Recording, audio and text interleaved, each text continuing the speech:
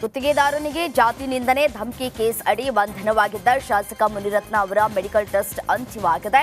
Police ಠಾಣೆಗೆ ವಕೀಲರು ಕೂಡ ಒಂದು ಕಡೆ ದೌಡಾಯಿಸಿದ್ದಾರೆ. ಈ ವೇಳೆ ಶಾಸಕ ಮುನಿರತ್ನ ಪರ ವಕೀಲ ಸದಾನಂದ ಶಾಸ್ತ್ರಿ ಮಾತನಾಡಿದ್ದು, ಮುನಿರತ್ನ ಮೇಲಿನ ಆರೋಪಕ್ಕೆ ಯಾವುದೇ ಸಾಕ್ಷಿ ಇಲ್ಲ. ಶಾಸಕರ ಮೇಲೆ ಮಾಡಿರುವ ಆರೋಪ ಎಲ್ಲವೂ ಸುಳ್ಳು. ನಾವು ಉಚ್ಚ ನ್ಯಾಯಾಲಯದ ಮೊರೆ ಹೋಗ್ತೀವಿ ಅಂತ ಹೇಳಿದ್ದಾರೆ. ಪರವಾಗಿ ಅವ್ರು ನಮ್ಮ ಕಕ್ಷಿದಾರರು ಅವ್ರ ಪರವಾಗಿ ಈಗ ವಾಯಲಿಕವಲ್ ಪೊಲೀಸ್ ಠಾಣೆ ಮುಂದೆ ಇದ್ದೀವಿ. ನಾವು ಕೌಂಟರ್ ಕಂಪ್ಲೇಂಟ್ ಅನ್ನ ಕೊಡ್ತಾ ಇದ್ದೀವಿ. ಅವ್ರ ಮೇಲೆ 2 FIR ಗಳು ರಿಜಿಸ್ಟರ್ ಆಗಿರುತ್ತೆ, 122 and 123 ಅಂತ. ಸಂಪೂರ್ಣ ಮಾಹಿತಿ ಅದ್ರಲ್ಲಿ ಕೊಟ್ಟಿರೋದು ಸತ್ಯಕ್ಕೆ ದೂರವಾಗಿರುತ್ತೆ. ಸದ್ಯದಲ್ಲೇ ನಿಮಗೆ ಮುನಿರತ್ನ ಅವರು ಪೂರ್ತಿಯಾಗಿ ಆಚೆ ಬರ್ತಾರೆ. ಇದರಿಂದ 100ಕ್ಕೆ 100 ಆಚೆ ಬರ್ತಾರೆ. ನಾನು ಆಶ್ವಾಸನೆ ಕೊಡ್ತಾ ಇದ್ದೀನಿ. ಪ್ರತಿಯೊಂದು ಕಂಪ್ಲೇಂಟ್ ಅಲ್ಲಿ ಹೇಳಿರುವಂತ ಒಂದು ಏನ್ ಅಲಿಗೇಷನ್ಸ್ ಇದೆ ಮುನಿರತ್ನ ಅವ್ರ ಮೇಲೆ, ಯಾವುದಕ್ಕೂ ಪುರಾವೆ ಮತ್ತೆ ಸಾಕ್ಷಿ ಇಲ್ಲ.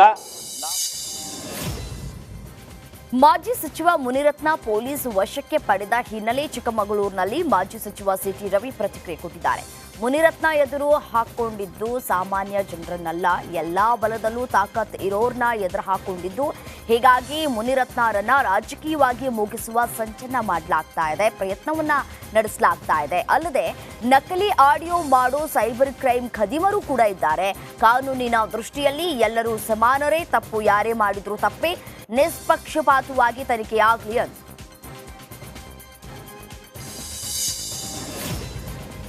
ಶಾಸಕ ಮುನಿರತ್ನ ಬಂಧನ ವಿಚಾರವಾಗಿ ಹುಬ್ಬಳ್ಳಿಯಲ್ಲಿ ಕೇಂದ್ರ ಸಚಿವ ಪ್ರಹ್ಲಾದ್ ಜೋಶಿ ಪ್ರತಿಕ್ರಿಯಿಸಿದ್ದಾರೆ. ಮುನಿರತ್ನ ಅವರೇ ಆ ಆಡಿಯೋದಲ್ಲಿ ಮಾತನಾಡಿದ್ರೆ ಅನ್ನೋದು ತಪ್ಪು, ಇದರಲ್ಲಿ ಯಾವುದೇ ಗೊಂದಲ ಅನುಮಾನ ಇಲ್ಲ. ಆದರೆ ಅವರದ್ದೇ ಆಡಿಯೋ ಹೌದೋ ಅಲ್ಲವೋ ಎನ್ನುವ ಬಗ್ಗೆ ಪರಿಶೀಲನೆ ಮಾಡದೆ ಬಂಧನ ಮಾಡುವ ಅವಶ್ಯಕತೆ ಇರಲಿಲ್ಲ. ಕಾನೂನು ಸರಿಯಾದ ಕ್ರಮ ಕೈಗೊಳ್ಳುತ್ತೆ ಅನ್ನೋ ಭರವಸೆ ಇದೆ ಅಂತ. ಅವರು ಮಾತನಾಡಿದ್ದು ಆಡಿಯೋದಲ್ಲಿ ಏನಿದೆ, ಅವರು ನಂದು ಧ್ವನಿ ಆಗಿದ್ದರೆ ನಾನು ರಾಜೀನಾಮೆ ಕೊಡ್ತೀನಿ ಅಂತ ಎಲ್ಲೋ ಒಂದು ಕಡೆ ಇವತ್ತು ಹೇಳಿದ್ದಾರೆ. ಹಾಗಾಗಿ ಅದನ್ನು ವೆರಿಫಿಕೇಷನ್ ಮಾಡಲಿ. ಮಾತನಾಡಿದರೆ 100% ತಪ್ಪು. ಇದರ ಬಗ್ಗೆ ಯಾವುದೇ ರೀತಿಯಾದಂಥ ನಮ್ಮ ಮನಸ್ಸಿನಲ್ಲಿ ಗೊಂದಲ ಅನುಮಾನ ಇಲ್ಲ. ಕೊಪ್ಪಳದಲ್ಲಿ ವಿಚ್ಛೇದನ ಕೋರಿ ಅರ್ಜಿ ಸಲ್ಲಿಸಿದ್ದ ಜೋಡಿಗಳನ್ನ ನ್ಯಾಯಾಲಯ ಮತ್ತೆ ಒಂದು ಮಾಡಿದೆ. ಗಂಗಾವತಿ ಕೋರ್ಟ್ನ ಲೋಕ ಅದಾಲತ್ನಲ್ಲಿ ಮುನಿಸು ಮರೆತ 8 ಜೋಡಿಗಳು ಮತ್ತೆ ಒಂದಾಗಿವೆ.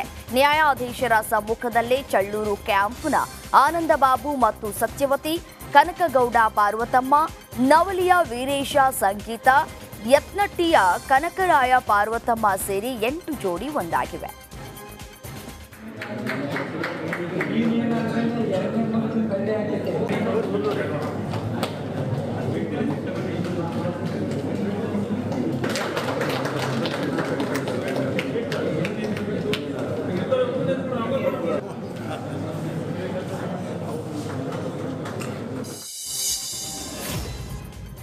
ಗಣೇಶ ವಿಸರ್ಜನೆ ವೇಳೆ ನಾಗಮಂಗಲದಲ್ಲಿ ನಡೆದ ಗಲಭೆ ಬೆನ್ನಲ್ಲೇ ಹುಬ್ಬಳ್ಳಿ ಧಾರವಾಡ ಪೊಲೀಸರು ಎಚ್ಚೆತ್ತುಕೊಂಡಿದ್ದಾರೆ.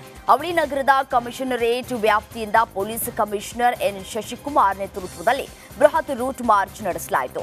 ನಗರದ ಬ್ರಾಡ್ವೇ, ಕೊಪ್ಪಿಕರ ರಸ್ತೆ, ದಾಜಿಬಾನ್ ಪೇಟೆ ರಸ್ತೆ ಸೇರಿದಂತೆ ಪ್ರಮುಖ ಬೀದಿಗಳಲ್ಲಿ ರೂಟ್ ಮಾರ್ಚ್ ಅನ್ನು ನಡೆಸಲಾಗಿದೆ. 9-11 ದಿನದ ಗಣೇಶ ವಿಸರ್ಜನೆ ಹಾಗೂ ಈದ್ ಮಿಲಾದ್ ಮೆರವಣಿಗೆ ಹಿನ್ನೆಲೆ ಪೊಲೀಸರು ರೂಟ್ ಮಾರ್ಚ್ ಅನ್ನು ನಡೆಸಿದರು.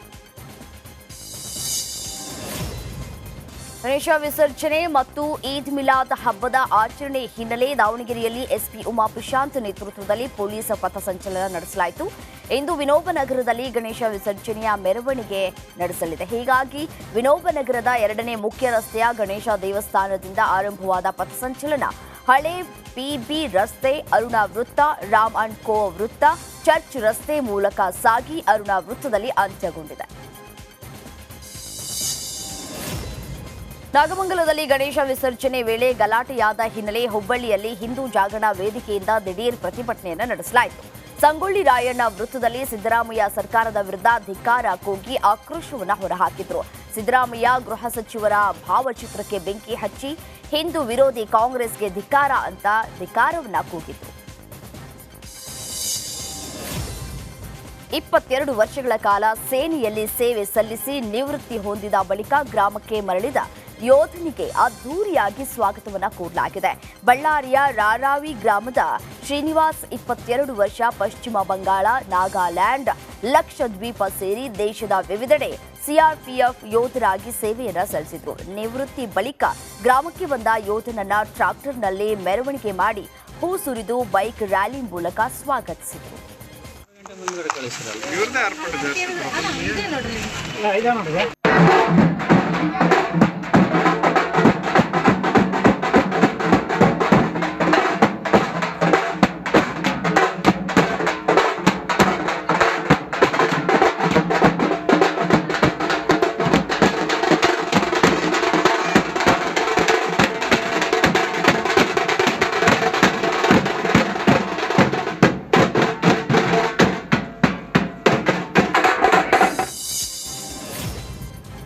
ಸಕ್ಕರೆನಾಡಲ್ಲಿ ಅದ್ದೂರಿ ಗಗನಚುಕ್ಕಿ ಜಲಪಾತೋತ್ಸವಕ್ಕೆ ಚಾಲನೆಯನ್ನ ನೀಡಲಾಗಿದೆ. 2 ದಿನಗಳ ಕಾಲ ನಡೆಯಲಿರುವ ಗಗನಚುಕ್ಕಿ ಜಲಪಾತೋತ್ಸವ ಕಾರ್ಯಕ್ರಮವನ್ನು ಸಿಎಂ ಸಿದ್ದರಾಮಯ್ಯ ಉದ್ಘಾಟಿಸಿದ್ದಾರೆ. ಶಿವನ ಸಮುದ್ರ ಗಗನಚುಕ್ಕಿ ಜಲಪಾತೋತ್ಸವ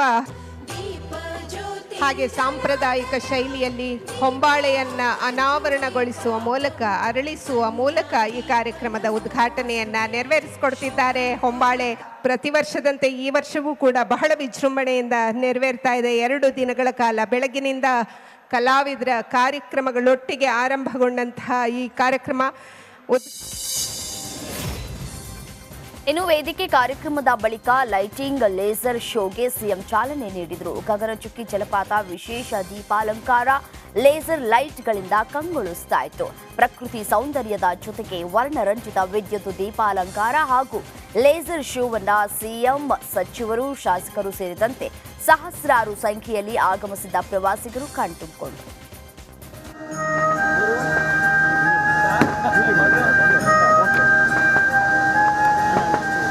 ಕನ್ನಡ ಭಾಷೆಯನ್ನೇ ಉಸಿರಾಡುವ ಸಂಭ್ರಮವನ್ನು ಕಣ್ತುಂಬಿಕೊಳ್ಳಲು ಮಂಡ್ಯ ಜಿಲ್ಲಾಡಳಿತ ಬನ್ನಿ ಈ ಜಲಪಾತೋತ್ಸವದ ಸಂಭ್ರಮದಲ್ಲಿ ಕಬಿಲಾನ್ ಎಂಬುವರಿಗೆ ಸೇರಿದ ಟೆರಾರ್ನೋ ಕಾರು ಶಾಮನೂರು ಬ್ರಿಡ್ಜ್ ಬಳಿ ಬೆಂಕಿಗೆ ಆಹುತಿಯಾಗಿದೆ. ಈ ವೇಳೆ ಉಡುಪಿ ಮೂಲದ ಕುಟುಂಬ ಕೂದಲೆಳೆ ಅಂತರದಲ್ಲಿ ಪಾರಾಗಿದೆ. ನಂತರ ಸ್ಥಳಕ್ಕೆ ಅಗ್ನಿಶಾಮಕ ದಳದ ಸಿಬ್ಬಂದಿ ದೌಡಾಯಿಸಿ ಅವಘಡವನ್ನ ತಪ್ಪಿಸಿದ್ದಾರೆ. ಈ ಅನಾಹುತದಲ್ಲಿ 2 ಲಕ್ಷ ರೂಪಾಯಿ ಮೌಲ್ಯದಷ್ಟು ಕಾರು ಮಟೀರಿಯಲ್ಸ್ ಸುಟ್ಟು ಭಸ್ಮವಾಗಿದೆ.